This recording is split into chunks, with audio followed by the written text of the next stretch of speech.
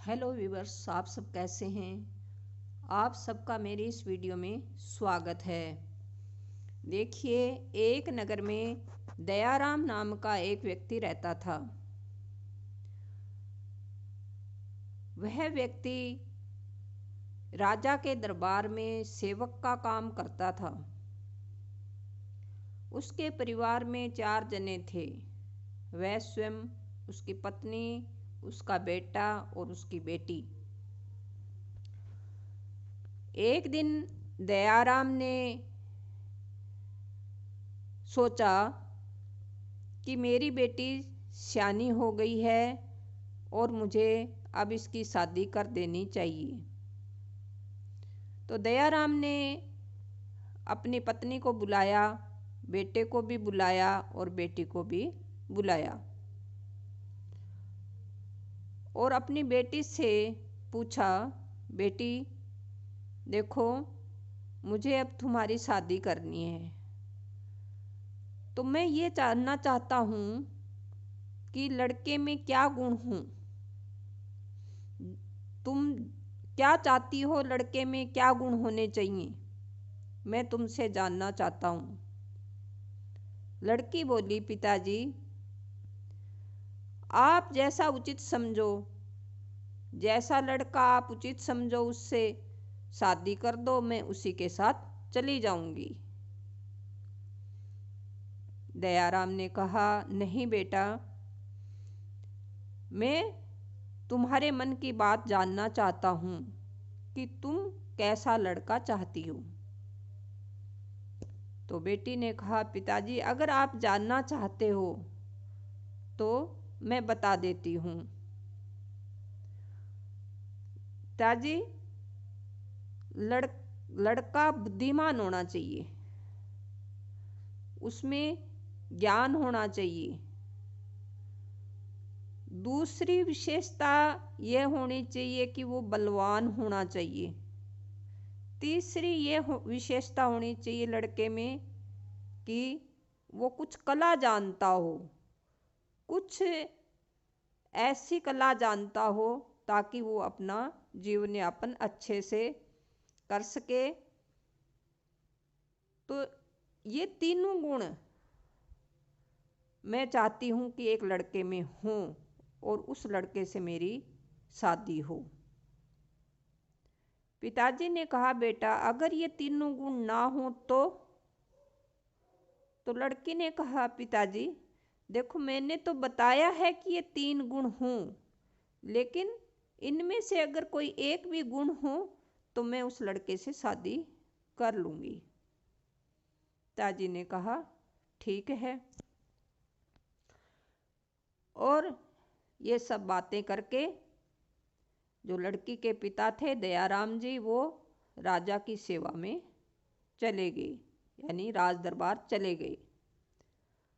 जब वो राज दरबार में गए तो राजा ने दयाराम जी को बुलाया और कहा, दयाराम जी देखो, एक मैसेज तुम्हें पास के दूसरे राजा को दे कर आना है। तुम अपने साथ 4 सैनिक ले जाओ और मैसेज देकर आओ। दयाराम 4 सैनिकों के साथ दूसरे राजा को संदेश देने के लिए चल पड़े। जब वो संदेश देने जा रहे थे तो रास्ते में लुटेरे छुप कर बैठे हुए थे। लुटेरे इंतजार कर रहे थे कि कोई इधर से गुजरे और हम उसको लूट लें। अब दयाराम जी और सैनिक तो अपने जा रहे थे और लुटेरों ने पीछे से आकर के सैनिकों पर हमला बोल दिया। जैसे ही सैनिकों पर हमला बोला तो दयाराम जी डर के मारे छुप गए और उन लुटेरों ने सैनिकों को मार दिया, क्योंकि सैनिक तो 4 थे और लुटेरे तो 10 जने थे, और उन्होंने उनको मार दिया। अब वो लुटेरे देख रहे थे कि इनका एक साथी और था, वो कहाँ चला गया। वो लुटेरे दयाराम जी को ढूंढ रहे थे। इतने में एक व्यक्ति आता है और वो लुटेरों को देखता है कि लुटेरे यहाँ बड़ा उत्पात मचाते हैं, राहगीरों को लूट लेते हैं, मार भी देते हैं। तो उसका नाम बलवान था, और नाम भी बलवान, और वो वैसे भी बलवान ही था। और उसने लुटेरों को मार दिया, सब लुटेरों को मार दिया। जब लुटेरों को मार दिया तो दयाराम जी छुपने के स्थान से बाहर आए और आ करके हाथ जोड़कर बलवान के सामने खड़े हो गए और कहने लगे, अगर आज आप यहाँ नहीं आते तो आज मेरी मौत पक्की थी। दयाराम जी ने कहा, देखो बलवान जी, मैं आपसे एक विनती करता हूँ, अगर आप मेरी विनती को स्वीकार करें। तो बलवान ने कहा, हाँ हाँ हाँ, बताइए, आपकी विनती स्वीकार की जाएगी। आप क्या विनती करना चाह रहे हैं? तो दयाराम जी बोले, मेरी बेटी श्यानी है, मैं उसकी शादी करना चाहता हूँ, और मेरी बेटी की भी ये इच्छा है कि जो लड़का बलवान हो उसके साथ मेरी शादी होनी चाहिए। अगर आप हाँ करें शादी के लिए तो मैं अपनी लड़की की शादी आपके साथ करना चाहता हूँ। लड़के ने कहा, अगर आपकी इच्छा है तो मेरी भी हाँ है। और दयाराम जी उस लड़के के साथ में अपनी लड़की का रिश्ता पक्का कर देते हैं और लड़के से कहते हैं, देखो अगले महीने अक्षय तृतीया आएगी और उस दिन आप बारात लेकर मेरे घर आ जाना। बलवान ने कहा, ठीक है, आ जाऊंगा। अब अपनी लड़की का रिश्ता पक्का कर दिया और दूसरे राजा को संदेश दे करके दयाराम जी वापस अपनी नगरी में आ जाते हैं, राजा के दरबार में आ जाते हैं। पीछे से घर पर माँ बेटी अकेली होती हैं, लड़का बाहर गया होता है। तो काशी से एक बहुत बड़े विद्वान आते हैं। जब घर पर विद्वान आते हैं, वो विद्वान लड़का आता है, तो माँ पूछती है, आप कहाँ से आए? तो लड़के ने कहा, मैं तो काशी से आया हूँ, बहुत बड़ा पंडित हूँ और ज्ञान की बातें जानता हूँ। अब माँ को लगा कि मेरी लड़की का रिश्ता तो इसी के साथ कर दिया जाए तो ठीक है, क्योंकि मेरी लड़की भी बुद्धिमान और ज्ञानी से ही शादी करना चाहती है। तो माँ अच्छी सेवा करती है उस लड़के की और लड़के से कहती है, मेरी एक प्रार्थना है आपसे, अगर आप उस प्रार्थना को स्वीकार करें तो मैं आपके सामने प्रार्थना रखूं। उस विद्वान लड़के ने कहा, रखिए, क्या प्रार्थना है आपकी? तो माँ ने कहा, देखो मैं अपनी बेटी की शादी आपसे करना चाहती हूँ, अगर आप उसको स्वीकार करें। लड़के ने कहा, हाँ मैं स्वीकार करता हूँ। और इस तरीके से माँ ने उस लड़के को भी ये कह दिया कि देखो अगले महीने अक्षय तृतीया आएगी और उस दिन आप बारात लेकर के हमारे घर आ जाना। लड़के ने कहा ठीक है। अब वो लड़की का भाई जो बाहर गया हुआ था वो भी अपनी बहन के लिए कोई ऐसा लड़का ढूंढ रहा था कि मेरी बहन जो 3 गुणों में से कोई भी एक गुणी मिल जाए तो मैं उसके साथ अपनी बहन का रिश्ता कर दूंगा। तो घूमते घूमते उसे एक कारीगर दिखाई दिया। वो कारीगर के पास गया, कारीगर से पूछा आप ये क्या काम कर रहे हो? तो कारीगर ने कहा देखो मैं ये खटोला बना रहा हूँ, ये उड़न खटोला है। तो लड़के ने कहा उड़ता है क्या ये? जब भी इसका नाम उड़न खटोला है। कहा हाँ ये उड़ता है। कहा ये कैसे उड़ता है? तो कारीगर ने कहा देखो आप इसमें बैठिए, इसमें इस बटन को दबाइए, ये ऊपर उड़ेगा और जिधर इसको मोड़ना है उधर इस को घुमा दीजिए, ये घूम जाएगा, जिधर मोड़ना है उधर ही घूम जाएगा। और जब वापस नीचे आना है तो इस दूसरे बटन को दबा दीजिए, ये खटोला नीचे आ जाएगा। लड़के ने सोचा ये तो बड़ा जबरदस्त कारीगर है। कहते हैं कि आदमी के तो पंख नहीं होते और ये तो पंखों से कम थोड़ी न है। अब लड़के की इच्छा हुई कि मैं बैठकर तो देखूं उड़ता भी है कि नहीं, कि ऐसे ही बोल रहा है ये कारीगर। और वह उस उड़न खटोले में बैठ गया। जैसे जैसे कारीगर ने कहा वैसे वैसे उसने उसके बटन दबाए, ऊपर गया, जिधर घूमना था घूमा और फिर वापस दूसरा बटन दबा दिया और वो नीचे आ गया। अब वो लड़के का भाई बहुत खुश हुआ कि ये तो मेरी बहन को कभी भूख नहीं मरने देगा, ये तो एक अच्छा कारीगर है।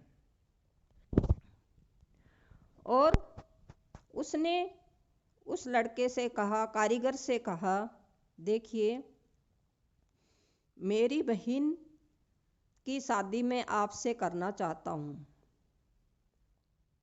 अगर आप मेरी इस प्रार्थना को स्वीकार करें। तो कारीगर ने कहा हाँ मैं स्वीकार करता हूँ। और वो लड़का कहने लगा देखो अगले महीने अक्षय तृतीया आएगी, उस दिन आप बारात लेकर के हमारे घर आ जाना। अब देखो संयोग कैसा था कि तीनों ने ही, पिता ने, माँ ने और भाई ने अक्षय तृतीया को ही शादी का दिन रख दिया। ये संयोग की बात थी। आज तीनों खुश थे, माँ भी खुश थी, भाई भी खुश था, पिता भी खुश थे, अपनी अपनी जगह पर तीनों बड़े खुश थे।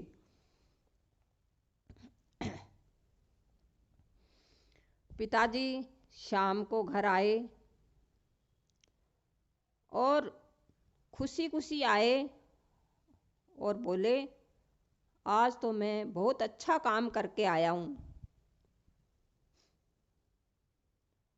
लड़की की माँ बोली हाँ जी बताओ क्या अच्छा काम करके आए हो, आज बड़े खुश हो।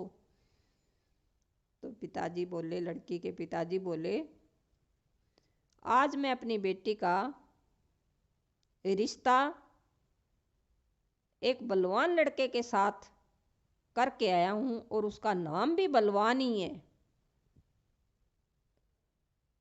अरे माँ कहने लगी मैंने भी आज ही अपनी बेटी का रिश्ता तय कर दिया और वो लड़का बड़ा ही बुद्धिमान और ज्ञानी है।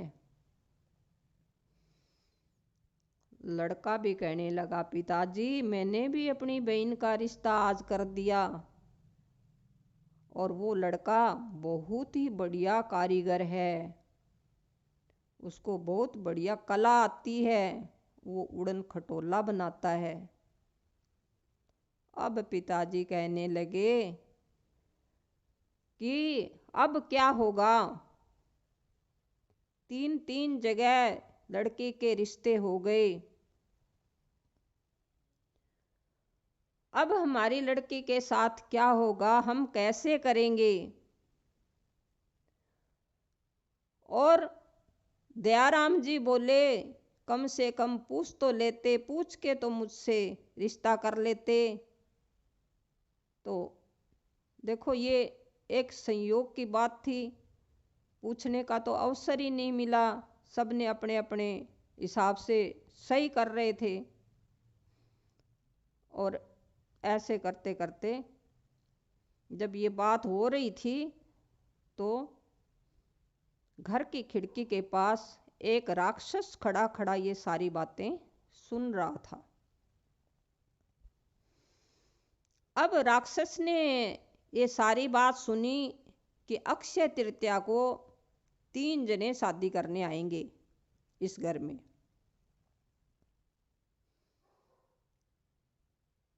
तो मैं भी आ जाऊंगा, पर मुझे तो ये पता ही नहीं अक्षय तृतीया कब आएगी, इसका कैसे पता चलेगा। फिर उसने सोचा मैं रोज की चक्कर लगा के देख के चला जाऊंगा, और तो कोई इलाज नहीं है, मुझे पता चल जाएगा कि किस दिन शादी है। और वो राक्षस रोज घर के चक्कर लगा के चला जाता। जब अक्षय तृतीया आई तो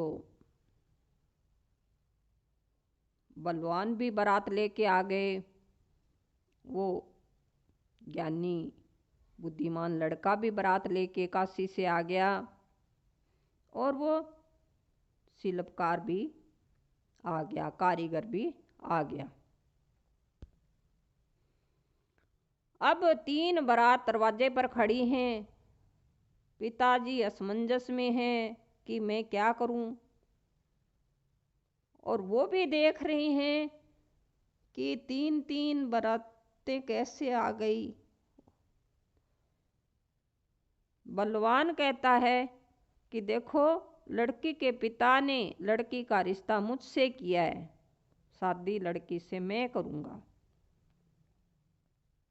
ज्ञानी कहता है कि देखो मैं भी बिना बुलाए नहीं आया हूं, लड़की की माँ ने मुझसे रिश्ता किया है, इसीलिए मैं बारात लेकर आया हूं।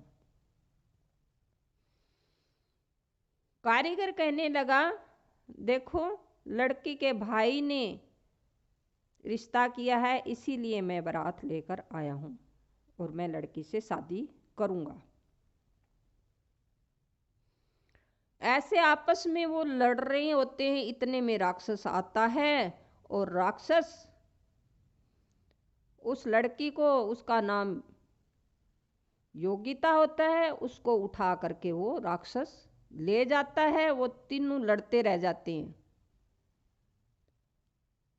अब पिताजी को जब पता चलता है कि राक्षस मेरी बेटी को उठाकर ले गया, तो वो तीनों के पास आते हैं और कहते हैं देखो तुम तीनों लड़ रहे हो कि शादी मैं करूंगा, शादी मैं करूंगा, और लड़की को राक्षस उठाकर ले गया। अब लड़की को बचा लो, जो बचा लेगा वो उससे शादी कर लेगा। अब उन्होंने लड़ना तो बंद कर दिया, और कारीगर ने कहा देखो मेरे पास खटोला है, इस खटोले पर बैठ जाओ। बलवान को और उस ज्ञानी लड़के को कहा कि देखो मेरे खटोले पर बैठ जाओ, और हम उड़ करके देखते हैं कि वो राक्षस लड़की को कहाँ लेकर गया है। उड़ते जाते हैं, देखते जाते हैं, और उड़ते उड़ते उन्हें राक्षस दिखाई दे जाता है। राक्षस ने लड़की का हाथ जकड़ कर पकड़ा होता है, अब बलवान कारीगर से कहता है खटोला नीचे उतारो। जो बुद्धिमान होता है, ज्ञानी होता है, वो लड़का कहता नहीं, खटोला नीचे मत उतारो। अगर खटोला नीचे उतार दिया तो ये राक्षस हमें मार देगा। देखो इसके कितने बड़े बड़े दांत हैं, कितने बड़े बड़े नाखून हैं, ये कितना भयंकर है, देखने से ही डर लगता है इसको। तो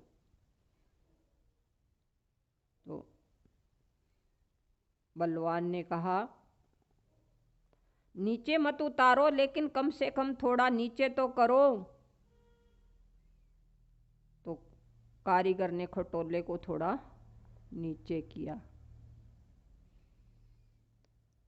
नीचे किया तो उस ज्ञानी लड़के ने कहा देखो अब इसके आप तीर लगा मार दो, इसकी छाती में तीर मार दो, बलवान से बोला। बलवान ने राक्षस के छाती में तीर मार दिया। अभी भी राक्षस उस लड़की के हाथ को पकड़े हुए था। बलवान की ये बात समझ में नहीं आ रही थी, लेकिन ज्ञानी को समझ में आ रही थी कि अभी भी ये मरा नहीं है। अगर ये मर जाता तो इसका हाथ छूट जाता। तो उस ज्ञानी लड़के ने कहा देखो अभी एक तीर और लगाना पड़ेगा, अभी ये मरा नहीं है। तो बलवान ने एक तीर और लगाया। अब तीर लगा और उसका हाथ लड़की के हाथ से अलग हो गया और गिर पड़ा, वो मर गया। अब खटोले को नीचे उतारा और कारीगर कहने लगा देखो अब इस लड़की से शादी मैं करूंगा, क्योंकि मैं अपने खटोले में बिठाकर तुम्हें लेकर आया। अगर मेरा खटोला न होता तो क्या हम यहाँ इस लड़की तक पहुंच पाते? हम नहीं पहुंच पाते। वो ज्ञानी लड़का कहने लगा नहीं, इस लड़की से शादी तो मैं ही करूंगा, क्योंकि मैंने ही तुम्हें बचाया है, नहीं तो तुम तो खटोला नीचे उतार देते। और मैंने तुम्हें बताया कि खटोला नीचे मत उतारो, और मैंने ही बलवान को ये बताया कि एक तीर और चलाओ, वरना तुम तो इसको खटोले को नीचे उतार देते और वो हमें मार देता। इसलिए इस लड़की से शादी तो मैं ही करूंगा। अब बलवान ने कहा देखो इस लड़की से शादी कौन करेगा, इसका फैसला तो इसके माता पिता ही करेंगे। यहाँ पर लड़ाई झगड़ा मत करो, इस लड़की को लेकर के इसके घर पे चलो, वहां पर जाकर जो भी फैसला होगा वो देखेंगे। तो बलवान के कहने पर उस लड़की को भी खटोले पे बिठाया और वो उड़न खटोला उनके घर पे आकर के, लड़की के घर पे आके उतर गया। जब लड़की के घर आके उतरा तो माता पिता को खुशी हुई कि हमारी लड़की सुरक्षित घर पे आ गई है। लेकिन वहां आते ही फिर वही लड़ाई शुरू हो गई। कारीगर कहने लगा शादी मैं करूंगा, ज्ञानी लड़का कहने लगा शादी मैं करूंगा, और बलवान ने कहा देखो शादी तो मैं ही करूंगा। तो योगिता के पिताजी ने कहा देखो अब ये मामला पेचीदा हो गया है, अब शादी कौन करेगा इसका फैसला मैं नहीं करूंगा, इसका फैसला इस नगर के राजा करेंगे। आप सभी तीनों मेरे साथ राजा के दरबार में चलिए। दयाराम जी ने अपनी बेटी को भी लिया और उन तीनों लड़कों को भी लिया और नगर के राजा के पास पहुंच गए और राजा से सारी बात बताई कि राजा को बताया कि ऐसे ऐसे करके एक जगह रिश्ता मैंने कर दिया, एक जगह रिश्ता मेरी बेटी का इसकी माँ ने कर दिया और एक जगह रिश्ता इसके भाई ने कर दिया। 3 जगह रिश्ते हो गए और तीनों की बारात जब दरवाजे पर आई तो एक राक्षस मेरी बेटी को उठा ले गया और ये तीनों मेरी बेटी को बचाकर लाए हैं। अब मुझे समझ नहीं आ रही कि मैं किससे इसकी शादी करूं, तो इसीलिए मैं इन तीनों को और मेरी बेटी को आपके पास लेकर आया हूं ताकि आप इसका सही निर्णय लें कि मेरी बेटी शादी किससे करे। तो राजा ने कहा, तीनों को कहा कि तीनों बैठ जाइए। बलवान, ज्ञानी और कारीगर तीनों बैठ गए और लड़की को अपने पास बुलाया और लड़की से कहा, देखो तुम जिससे भी शादी करना चाहती हो, जिसके लिए भी तुम्हारे मन में ये लगता है कि ये मेरे लिए उचित है, उसको तुम्हें अब चुनना है।